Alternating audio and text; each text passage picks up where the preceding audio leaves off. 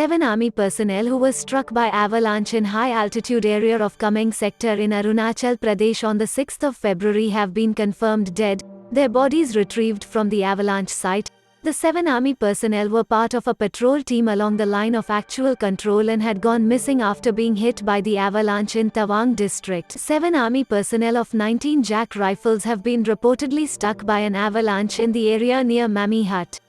Following the incident, army officials had reported the incident at Jung police station. The area is very remote and all roads have been blocked due to snowfall, as per the officer in charge of Darang police station.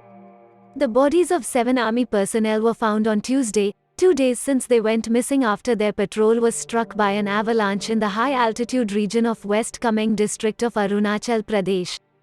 The army had launched a search and rescue operation on Sunday after the soldiers went missing. Unfortunately, despite the best efforts of everyone involved, all 7 have been confirmed deceased. The accident site, located at an altitude of 14,500 feet, had been witnessing inclement weather with heavy snowfall in the last few days.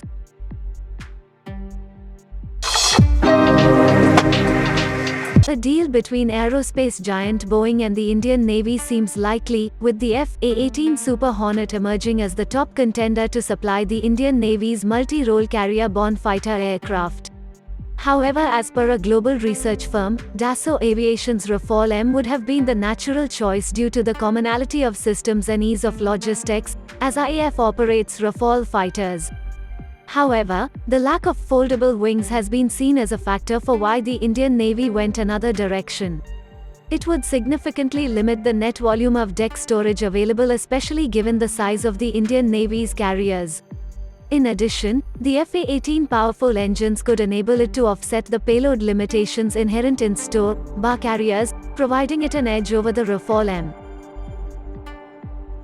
While the deal to acquire 26 aircraft is seen as a stopgap measure until the Indian indigenous twin-engine deck-based fighter takes flight sometime, Boeing enjoys a distinct advantage of being able to incorporate the uprated F-414 enhanced engines with 120 kN thrust.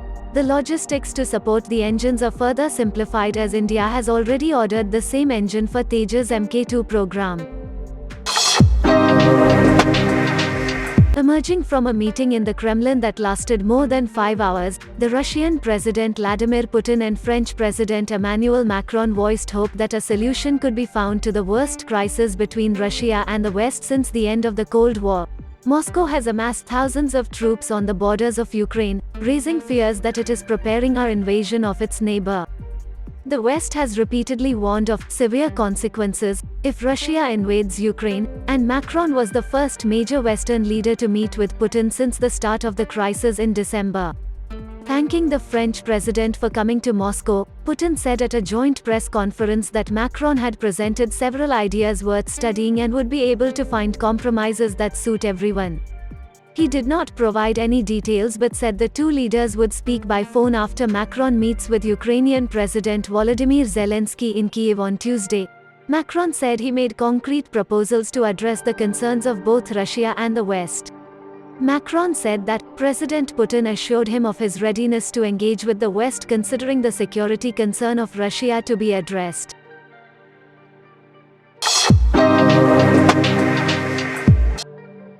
After Pakistan Prime Minister Imran Khan returned from China, the acquisition of 50 JF-17 Block 3 fighters by Islamabad is being pitched to take on S-400 air defense system due to its stealth characteristics.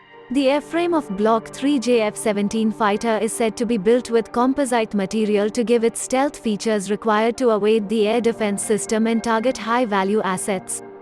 PAF is likely to add JF-17 Block 3 Thunder jets next month to replace older aircraft. A move, according to Pakistani experts, is aimed at upgrading its capability against S-400 systems.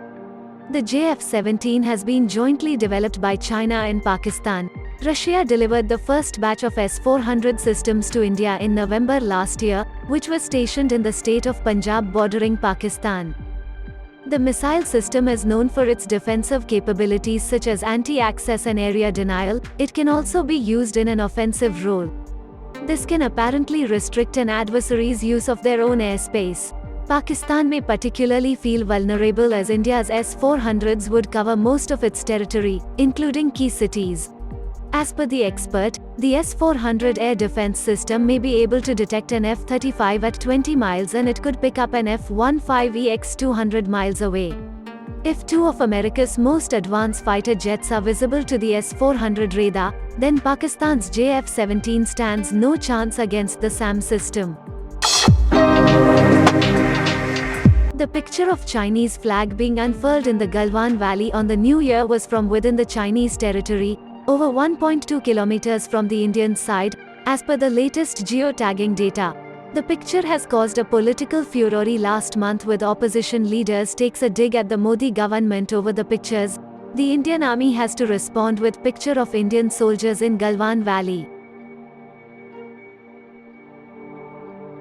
The valley came into focus after it saw a deadly clash between Chinese and Indian soldiers in June 2020.